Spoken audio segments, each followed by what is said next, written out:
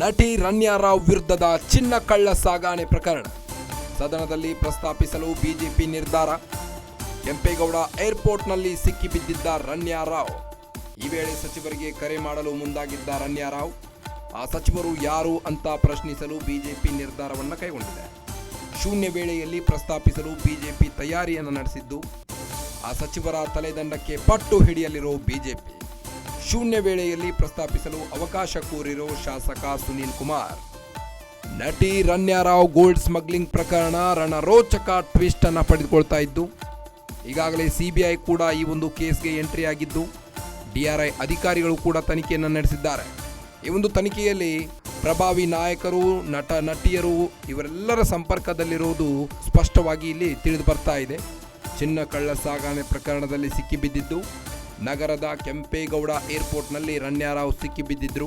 Customs ಅಧಿಕಾರಿಗಳು ಇವರನ್ನ ಕಸ್ಟಡಿಗೆ ತೆಗೆದುಕೊಂಡು ತನಿಖೆಯನ್ನ ಕೂಡ ಆರಂಭಿಸಿದ್ರು.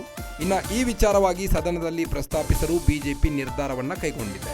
ಕೆಂಪೇಗೌಡ ಏರ್ಪೋರ್ಟ್ನಲ್ಲಿ ಏನು ರಣ್ಯಾ ರಾವ್ ಸಿಕ್ಕಿಬಿದ್ದಿದ್ರೋ, ಈ ವೇಳೆ ಸಚಿವರಿಗೆ ಕರೆ ಮಾಡಲು ರಣ್ಯಾ ರಾವ್ ಮುಂದಾಗಿದ್ದರಂತೆ.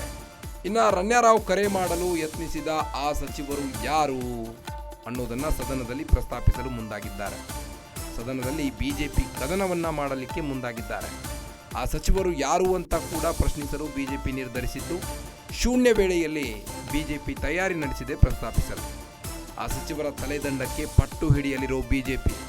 ಇವರಿಗೆ ಇಷ್ಟೆಲ್ಲ ಸಪೋರ್ಟ್ ಕೊಡ್ತಾ ಇರೋ ಆ ಪ್ರಭಾವಿ ರಾಜಕಾರಣಿ ಯಾರು ಎಂಬುದನ್ನ ಅವರ ತಲೆದಂಡಕ್ಕೆ ಪಟ್ಟು ಹಿಡಿಯಲಿಕ್ಕೆ ಮುಂದಾಗಿದ್ದಾರೆ ಬಿಜೆಪಿ.